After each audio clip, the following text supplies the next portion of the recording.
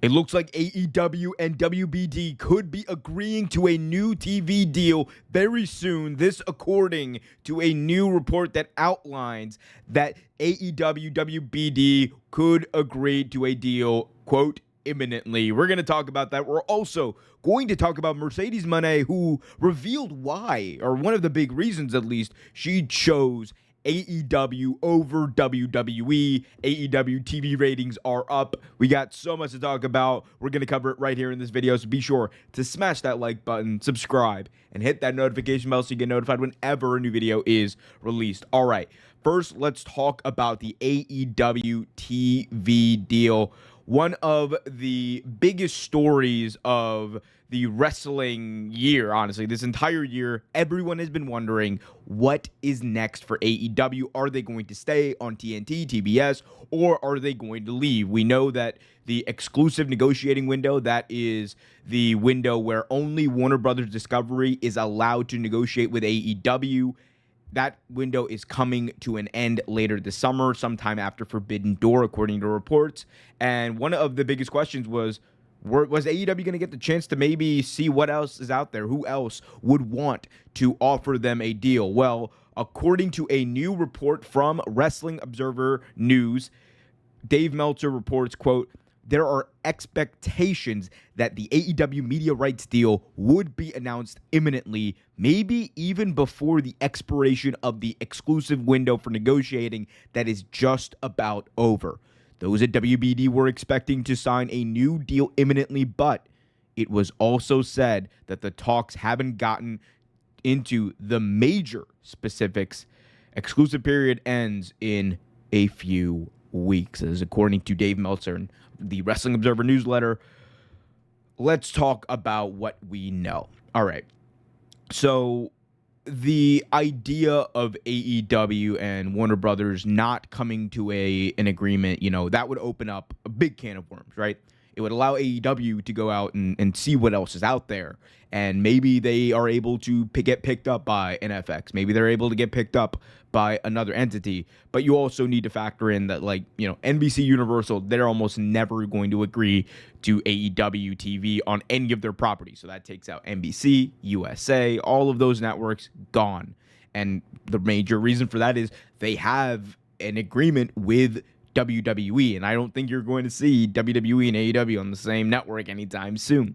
So given that, it limits the options. And we know that Fox right now is not as high on wrestling as they were back in 2019, given some of the results on SmackDown, because they were expecting a lot more as far as TV ratings from SmackDown than they got. And unfortunately, even though SmackDown is the highest rated show on American television as far as the ratings go, it fell short of Fox's expectations. So their budget for wrestling, I think, is probably null and void for the next little while, unless we're talking about, secondary networks like FX or maybe FS1, but then you're in a whole lot homes. Like, for me, or for anyone, honestly, if you're looking at this from a business standpoint, the best place for AEW to be is on TBS, TNT.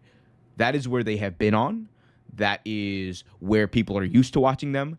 Those networks have extraordinary reach, extraordinary value for AEW, and extraordinary history and credibility with the people who watch them. So if you're looking at it from AEW, you would prefer not to go anywhere.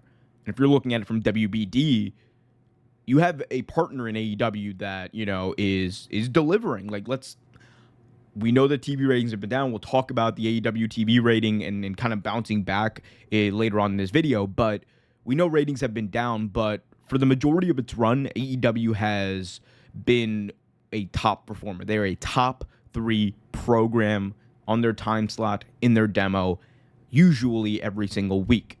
And with that comes that value. They know that they can rely on AEW if they need to do, a preemption or whatever. They can move them around and they'll still get a better rating than whatever the hell else is going to be in that slot. And I think that for Warner Brothers, you're not getting the NBA, even though AEW is kind of viewed differently than the NBA. The live television aspect of AEW is critical. because that is still, to this day, what garners the most ratings in television. Outside of your big epics like, Game of Thrones or whatever, it's this. So for them, they want to be able to keep this property, this hot property that, people like are still tuning into in droves and people are watching live. And maybe an aspect of this is to have Dynamite on Max and have it, available both on TBS TNT and on Max. And I think, honestly, that would probably be better for AEW because instead of people focusing on the ratings, because the ratings would not matter at that point, you would have a bunch of people watching on Max. You would have a low number on or lower number, on cable, but it would be basically invalid because you don't know how many people are watching on Max. And I think that would kind of allow them to really circumvent one of their weirdest criticisms, and that being the TV ratings. But as far as the deal coming imminently, I mean, look, I've always stated that the most likely location for AEW is Max. I think that they're a good partner. WBD, excuse me. If they do agree to a deal, I would assume that they would be including the pay-per-views.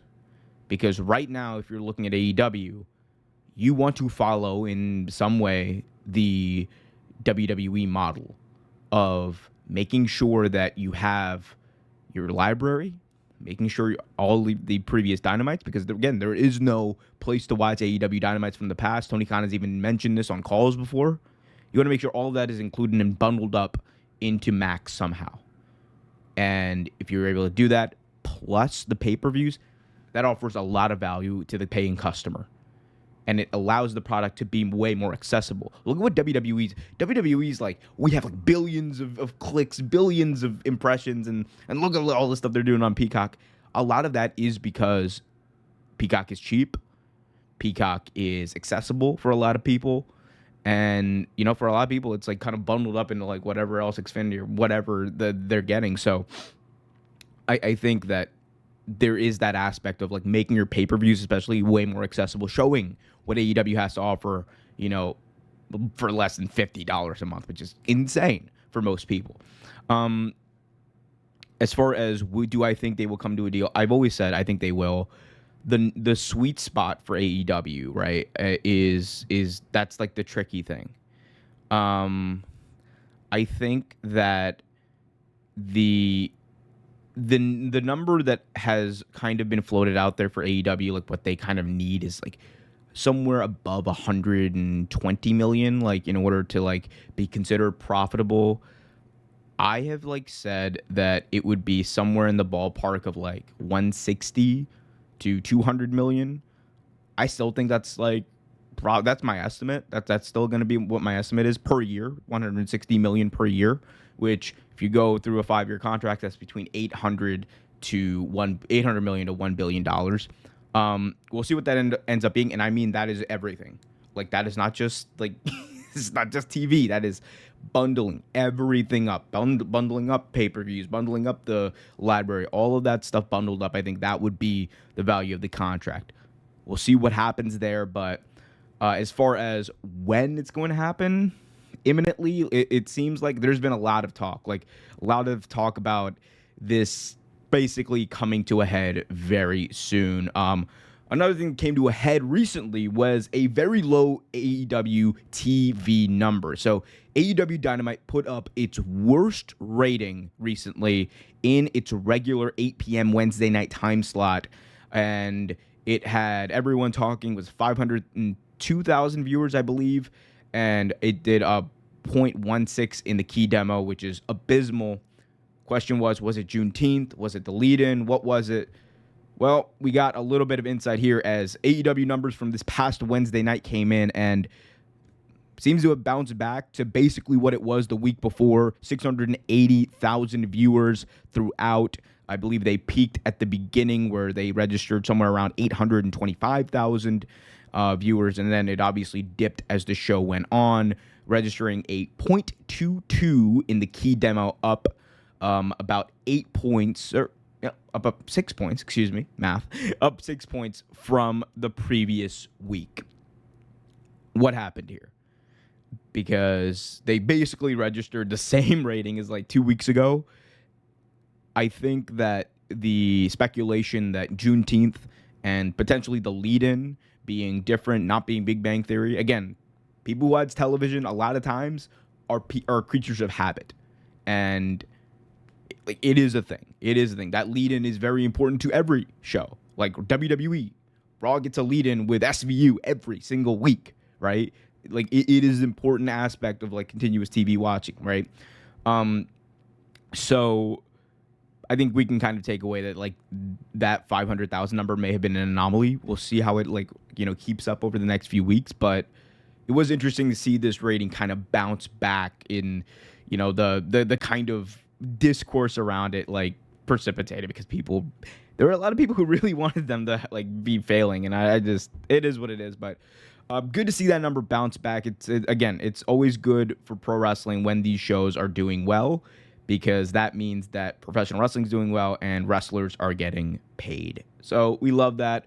Let's move on to our next and final topic. Let's talk about Mercedes Moné, who had some interesting things to say about WWE versus AEW. So Mercedes Moné was talking to WFAN The Fan, and here is what she said about the difference between WWE and AEW. That's less restrictions in our contract. Definitely a big reason why I came to AEW. Even doing The Mandalorian was pulling teeth with the WWE to even try to get time to film that show. Tony Khan says, whatever I need, if I need to private jet to go from filming in LA to coming for a show, it's available for me. That was, again, Mercedes Moné with WFAN. She highlighted a very known, I think, aspect of AEW and or difference, I should say, between AEW and WWE. While WWE is getting better at allowing talent more time off, lightening the schedule, allowing these third-party activities, they are still WWE. They are essentially a circus. They are going to take up the vast majority of your time. Whereas AEW, you're running 2 shows per week. If you're a talent, you're likely only working on 1 show per week. And that gives you a lot more time in order to go to filming, gives you a lot more time to pursue other ventures. And we've seen that. We have seen several talent go off and do movies. MJF did a movie. He was in the Iron Claw. We've seen, other people, like ironically enough, the Big Show go do stuff as well. So I think that it is something that, if we're being honest, is a bit of a draw for people in AEW. That freedom, it means a lot to people, because there are a lot of people who would rather be, able to control what they do creatively and in their lives and have that free time in order to explore that, than just be in the biggest stage, which is important to many people. But it kind of depends where you are, right? And the way you kind of think and your priorities. And again, everyone's priorities are different, but it is a critical difference. WWE takes a lot more of a time commitment. And that is, there's arguments about whether or not that time is worth it. I think that's a valid argument. But at the end of the day, people are going to do what they want to do. And if a company offers you similar money in order to do what you love in pro wrestling or what you're good at in pro wrestling, and also explore other creative options, you would have to think about it, right? You would have to think about it. So that was Mercedes. We'll see what happens here. I want to hear from you guys, though.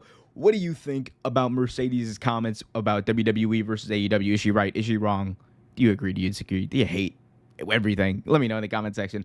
Also, be sure to smash that like button, subscribe, and hit that notification bell so you get notified whenever a new video is released. Until next time, be happy, be healthy, and as always, keep it real.